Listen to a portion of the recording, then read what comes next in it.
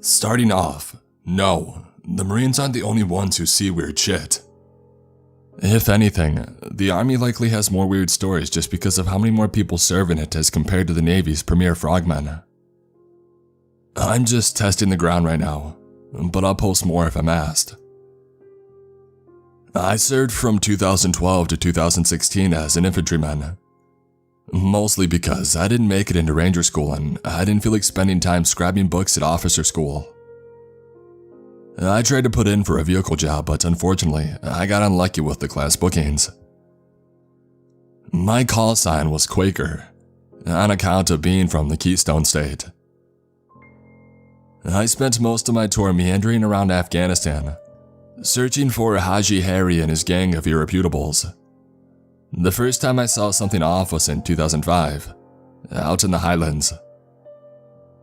We had been set up there to investigate reports from the drone operators, what we ended up calling RC Joes as a play on the term of G.I. Joe.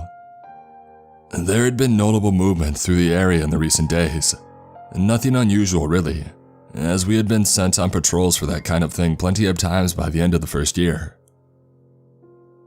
As we got there via helicopter, it was just as far enough for the brass to say we couldn't walk there. One of my buddies, we'll call him Lou, called out on the radio. "Eyes on. Possible enemy scouts watching us rolling from the south. Over." Our squad lead, Ray, replied. "Copy. What's he look like? Over." "Older guy, brown clothes, gray beard. Over." "Copy that. Keep an eye out on him. Over." Army radio protocol required you to finish every sentence with over. It's stupid, but it's in the rules and they do watch to see if you follow them. As we got to the ground and regrouped, Lou pointed out the guy that he saw earlier. Sure enough, he pretty much looked like every other goat-herding, Allah-fearing old man we'd seen so far. What made it uncomfortable was that he just stood there, staring, like he had something he wanted to say but was too afraid to come over and say it. Which he could have, as Shaman was born to Afghani parents and spoke it fluently. He joined up to help both America and his parents' country. We began the long journey to our lookout spot, and the whole time, everybody stayed relatively quiet. One thing you need to understand how weird this is that half of the guys in our platoon usually do not have a mute button, and the other half are fairly social in their own right. Everybody was spooked out about that guy. It just gave that kind of foreboding feeling that makes you think, something bad is walking around here now.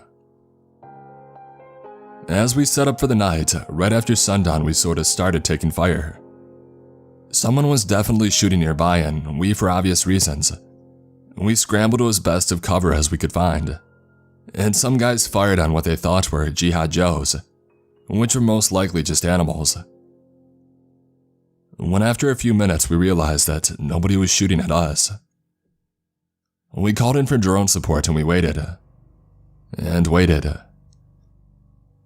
Eventually they radioed us back and said the only thing they could see were a few animals, goats and birds that decided to sit in one place. So we radioed in that we would check it out when the sun came out. Nobody was in a rush to find out what the hell happened out there, and I'm including myself in that statement. The sun finally showed up and Ray sent me, Lou, Shaman, and Ike, his last name was Eichmann, to go see what was out there, while the rest of those lazy dickheads caught up on what sleep lost they could.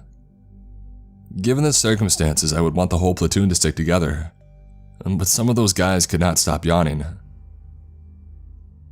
We headed off in the direction of gunfire.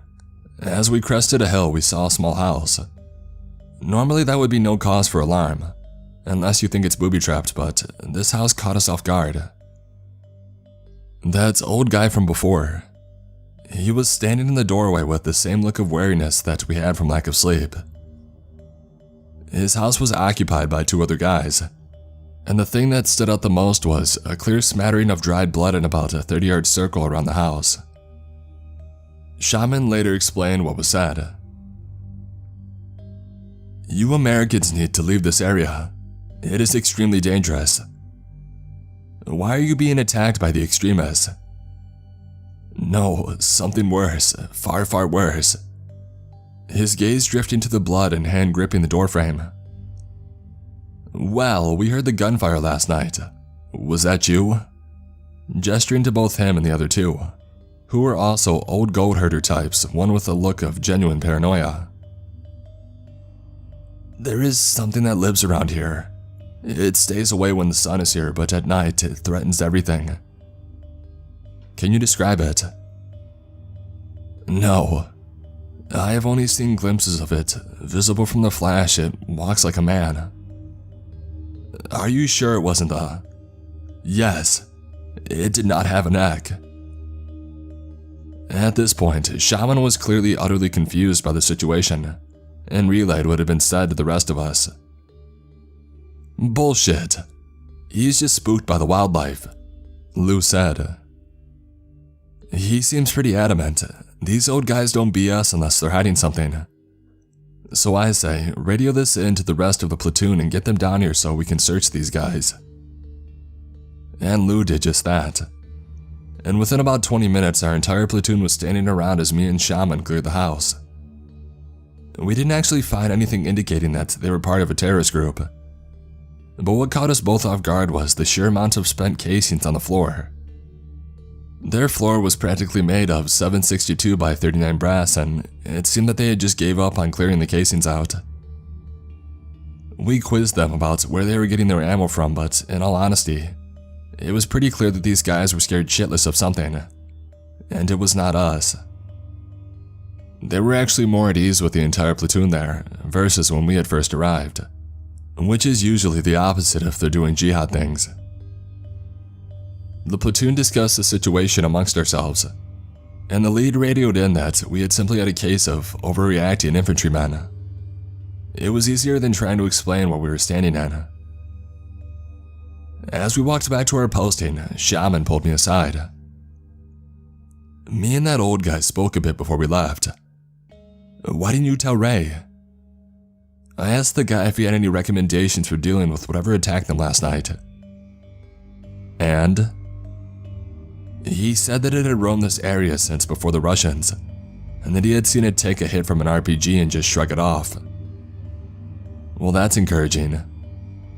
Yeah, but he said it with a look of, I'm not messing with you, and this thing is dangerous as hell, in his eyes and in his tone.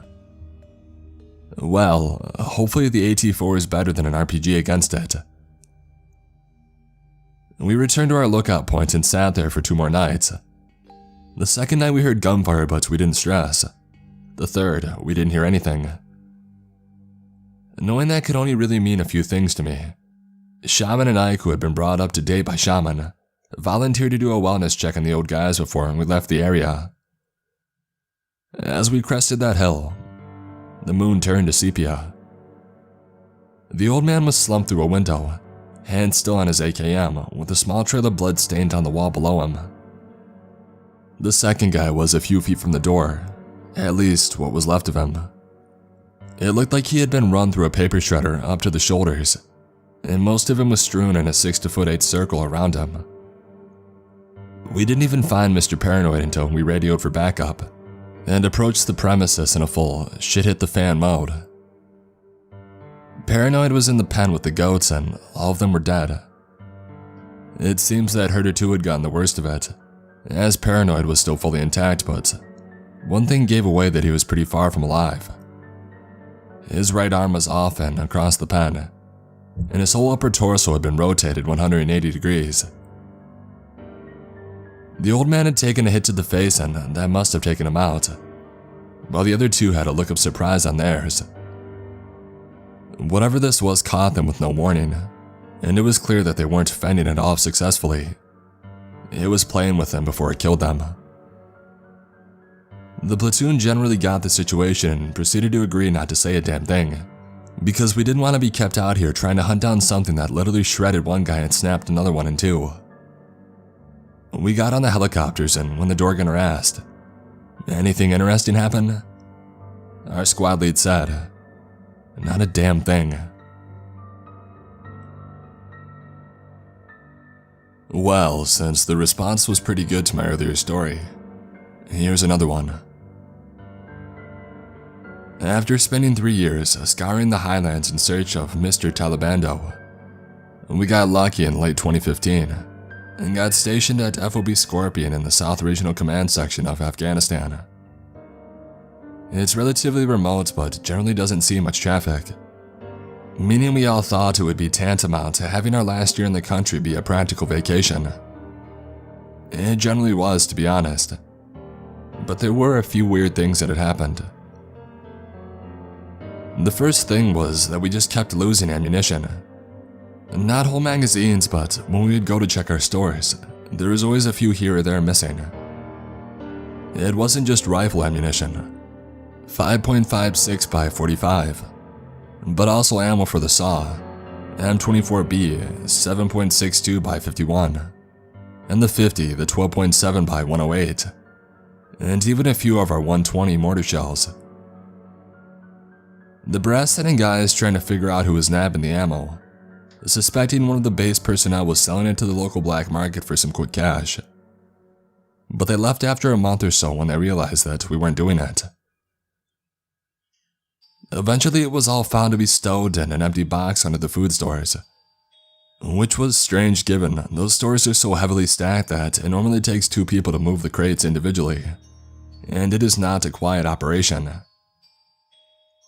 We decided to just requisition for resupply and enjoyed the approximately 200 rounds of rifle ammo, 400 rounds of SAW ammo, 24 rounds of 50 cal, and 3 mortar shells by holding some unannounced target practice against a particularly menacing rock in the distance. The remainder of 2016 saw some odd rumors of voices in the night and other spookenings. One guy claimed that he saw a naked woman walking through the desert nearby, but we all chalked it up to him imagining it due to lack of sleep, as he had been on day duty the night before.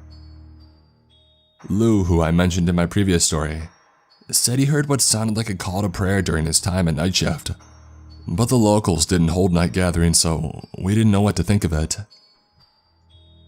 At one point, Ike started shouting about incoming fire, and by the time we were all up and into defensive positions, we didn't hear or see shit. He said he saw our tracer fire incoming, but he fell short of the FOB. So we ended up having to 50-50 the shift so we would have at least half of our guys ready if the Taliban or ISIS decided to come knocking at night. They never did, but one night, I was looking west and I noticed what looked like a truck heading towards us.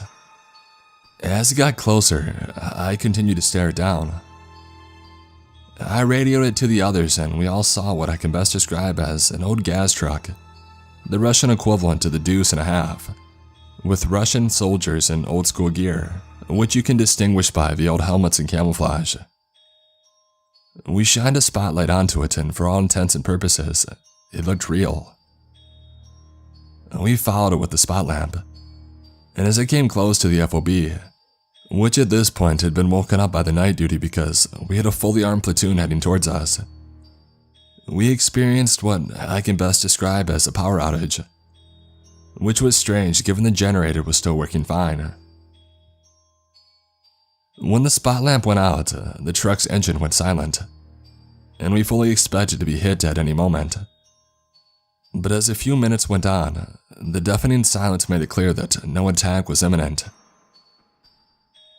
We looked around and we didn't see the truck nor its occupants, as if with the shutting off of the light they just disappeared.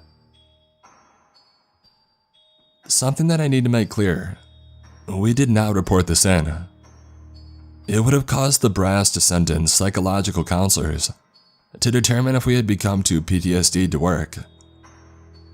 Everybody had been sleeping fine and we had been eating fine too, so either we all had the stealthiest case of PTSD en masse ever recorded, or there was something else going on. The reports and rumors of weird events continued on until the end of my tour, and as we were flown to waiting C-30s to be taken to Germany and then sent back home, we got our last looks of that giant sandbox. Part of me sincerely wonders what the hell attacked those guys those few nights in the Highlands, as well as what the hell was going on at our FOB for the last year. Unfortunately, It seems that information isn't going to give itself up to me.